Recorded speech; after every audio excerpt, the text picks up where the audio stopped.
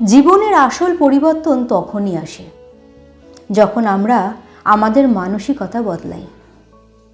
নিজেকে বদলাতে চাইলে মনে রাখতে হবে কিছু বিষয় যা জীবনকে সুন্দর এবং সহজ করে তোলে।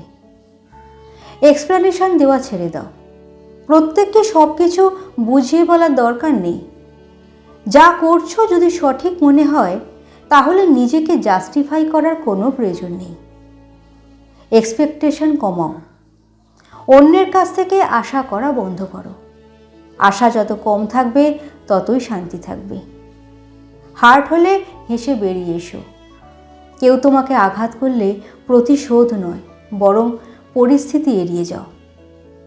নিজেকে শান্ত রাখতে শেখো। অপমান করলে ইটস ওকে বলো। অপমান কখনো তোমার মান কমাতে পারে না। এটি তাদের চরিত্রের প্রতিফলন, তোমার নয়। সময়ের ওপর ভরসা রাখো।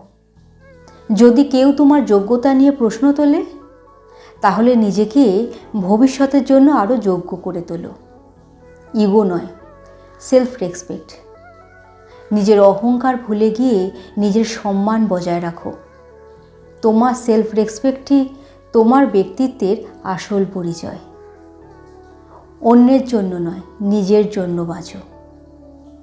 পরিস্থিতি যতই কঠিন হোক, এটি তোমাকে আরও শক্তিশালী বানাবে। কঠিন সময় পার হলে জীবনের পরিণতিটাও আরও সুন্দর হবে।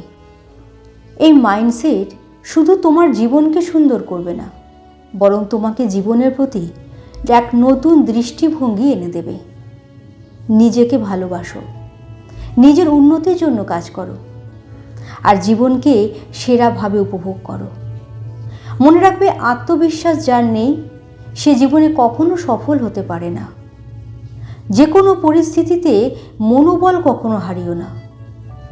আত্মবিশ্বাসী তোমাকে শেষ মুহূর্তে সম্মানিত করবে, কারণ আত্মবিশ্বাস আর আত্মসম্মান এ দুটো একে অপরের পরিপূরক। আর এই দুটো জিনিস নিজের মধ্যে না থাকলে আর যাই হোক সে কখনো মাথা উঁচু করে বাঁচতে পারে না। অ্যাটলিস্ট আমি এটাই মনে করি।